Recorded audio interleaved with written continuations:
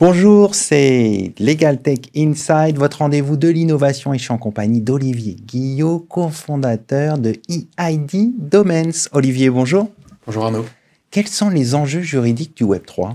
Alors le Web3, en fait, c'est un prolongement du Web, un nouvel espace de communication et de transaction qui permettent d'avoir de nouveaux usages comme les smart contracts, les contrats intelligents qui se débouclent automatiquement quand toutes les conditions sont réunies, ou des expériences comme des NFT qui permettent aux entreprises de renforcer l'engagement vis-à-vis de leurs clients. Les enjeux juridiques, en fait, sont un peu les mêmes que ceux du début de l'Internet. C'est-à-dire que le Web3 repose sur un nouveau protocole, la blockchain, avec des noms de domaine qui sont incompatibles avec les noms de domaine du Web. Donc, les entreprises doivent acheter une nouvelle extension de nom de domaine pour pouvoir demain saisir les opportunités du Web3. L'enjeu juridique est le suivant. Comme on est basé sur la blockchain, eh bien, tout est décentralisé. C'est-à-dire que contrairement au Web, ou en tout cas comme au début du Web, où on n'avait pas d'AFNIC, des cybersquatteurs prennent la main sur les noms de domaine des entreprises, ce qui pose des challenges en termes de protection de la marque, de confiance des utilisateurs vis-à-vis de la marque, également de réputation, puisque les malfaisants peuvent mener des opérations de phishing. Et donc, le Web3 étant une nouvelle opportunité, il faut traiter ces nouveaux risques.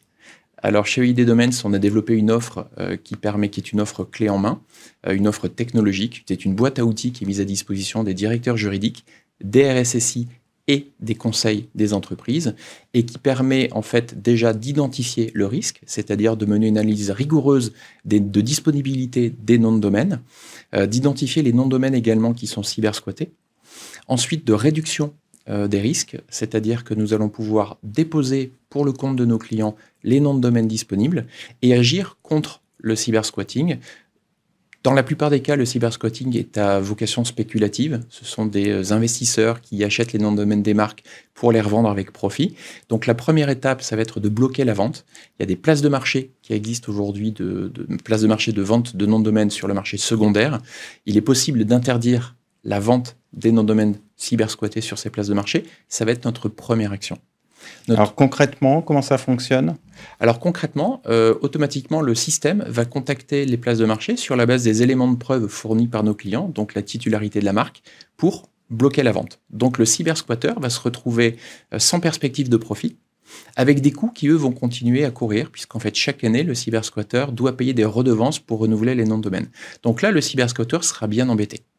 Pour enfoncer le clou, on va également envoyer des mises en demeure aux cybersquatteurs. Donc il faut comprendre comment fonctionne la blockchain, c'est le règne de l'anonymat. Donc aujourd'hui, on ne sait pas qui est derrière, qui est titulaire réellement d'un nom de domaine. C'est la raison pour laquelle on a créé une technologie qui est brevetée aux États-Unis, qui permet en fait d'encapsuler une mise en demeure rédigée par l'entreprise ou son conseil dans un NFT, et ce NFT est envoyé au nom de domaine, et il reste attaché. Il est indélébile. La seule personne, en tout cas les seules entités qui peuvent retirer la mise en demeure, ce sont les titulaires légitimes de la marque. Ce qui fait que le cybersquatter ne peut plus vendre, son domaine est attaché à une mise en demeure, et là il est bloqué.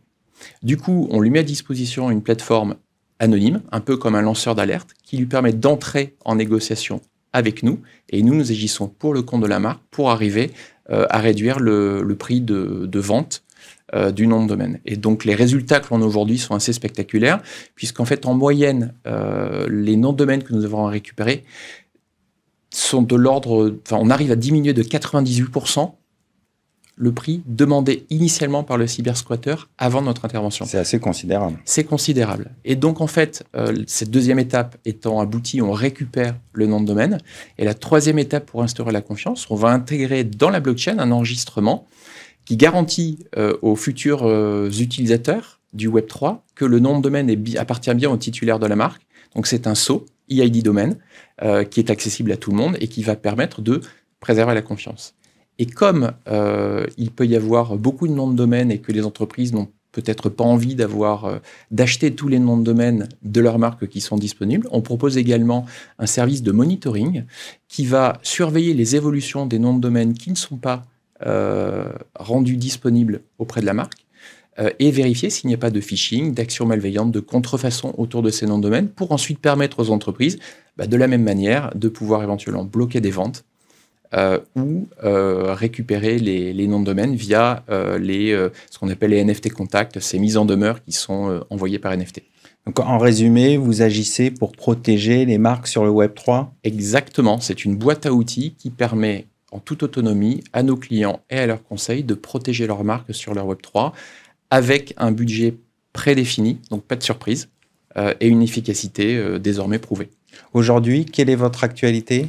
Alors, notre actualité, c'est l'ouverture d'abonnements forfaitisés qui permettent, en fonction de 3 stratégies, une stratégie défensive, donc pour couvrir une vingtaine de marques, une stratégie équilibrée pour couvrir une centaine de marques et une stratégie offensive pour couvrir non seulement les marques, mais aussi des noms de domaine génériques.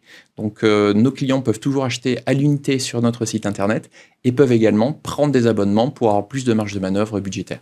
Pour finir, quelles sont les perspectives de développement ? Alors, les perspectives de développement sont énormes puisqu'il y a plusieurs dizaines de millions de noms de domaine du Web 2 et du Web. Il y en a moins de 5 aujourd'hui, à peu près 4,5 sur le Web 3. Alors ça va très vite, hein, ça va 12 fois plus vite en termes d'achat de noms de domaine que sur le Web. Donc les perspectives sont des millions de noms de domaine à protéger, puisque chaque entreprise devra avoir son extension Web 3. Bien sûr. On va conclure là-dessus. Merci d'être venu sur notre plateau. Merci à vous. Merci à toutes et à tous pour votre fidélité. À très bientôt sur Décideur TV pour un nouveau numéro de Legal Tech Inside.